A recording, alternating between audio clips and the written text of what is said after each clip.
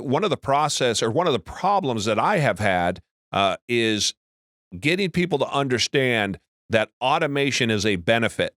I think because the media, pop culture, they're always telling them, they're going to take your politicians, they're going to take your jobs, and it's going to replace everybody. And the reality is I say, and I've had to get rid of multiple people. If you were to come through my company and talk to some of my managers that have been with me for 20 years, they'll tell you, yeah, this here's 1, 2, 3, 4 people.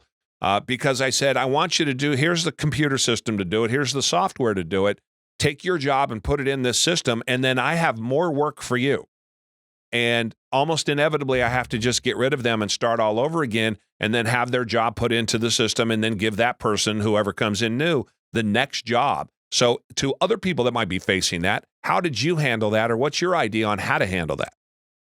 The reality is this: we're going to be shifting as a company, or as the United States, I think we're going to shift as a culture and how we measure work. So many people for so many years, me included at one point in my career, would measure, the productivity of an employee by the number of hours they put in. With technology and with different metrics, we're going to be going, I really feel, to a work product world. So I'll use my son as an example. He's a 29-year-old CPA, and his company is out of Canada. He works here in Detroit, and his company measures him not on how many hours he works, but by how many work product units he produces for their clients. And their niche is they're very hyper niched. They do R&D tax credits for manufacturers. So he has to produce very clear number of reports, very clear measurable output. They don't care when he works. He can work from midnight to 6 a.m. and sleep all day and do video games all night. And they don't care. They have a younger mindset. They said, we need these products. And this is where they're paying him. God, they gave him a 27% raise because he's, I'm proud of him. He's that good. Yeah. But he's able to produce a work product. And so if people can recognize that millennials are going to work differently than baby boomers, and they're going to work differently than Gen X, but millennials want freedom, flexibility, a seat at the table for conversations, for decisions, and they want to be recognized for the work they do. But they're not going to put in 80 hours a week where they basically are in a facility for 80 hours when they know darn well they're maybe working 35 of those 80 hours and they're putzing around the rest of the time. And as they go into more and more leadership positions, they're recognizing, realizing one of my son's jobs is to hunt for more software so they have less people working in this company. Not because they've realized that the talent shortage in the accounting space is massive. The talent shortage in manufacturing is massive.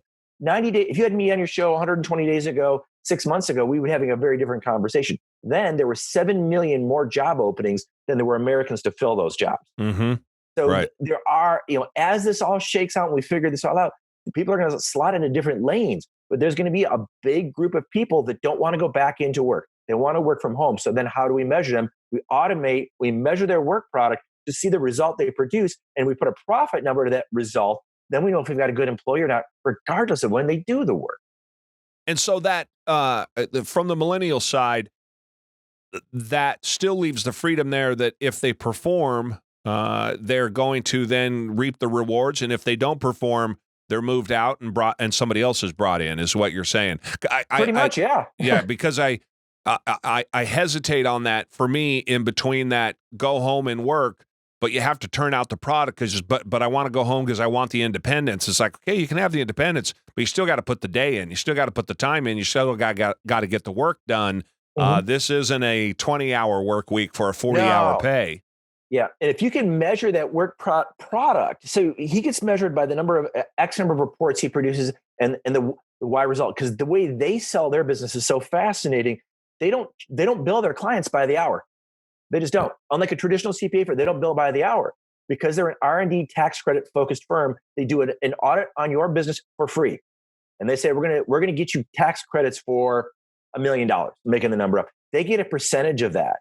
So every hour he's more efficient, and if he can get that, instead of getting that $1 million, say he's able to find a way to get that to 2 or 3 million, they actually make more money. So they're weighing the averages out over his ability to produce a quality report and quality things to the government for these credits. He was just telling me their original report to somebody was they're going to do $10 million in savings on a $215 million spend. they've now got that number up to 30 million in savings on a $215 million. Wow. Those are real dollars, because then the company shares in that reward. So it's a very different way of looking at it. But I think if we take a look at how things are done nowadays, that thought process from these younger people is really going to help them capture market share. And it's going to help them get into some spaces and knock out some maybe some people who pad their billing. And the cream will rise to the top in the case of your son, and the ones that aren't cut out for it, or that working at home without supervision, that process just doesn't work for them, and they then would move on to an office. Certainly, that is something that they can decide for themselves. But that's the part of it that I want to reiterate, that it's not for everybody, and you have to be driven, and you want to be able to be able to work unsupervised and produce results. And many people have trouble doing that.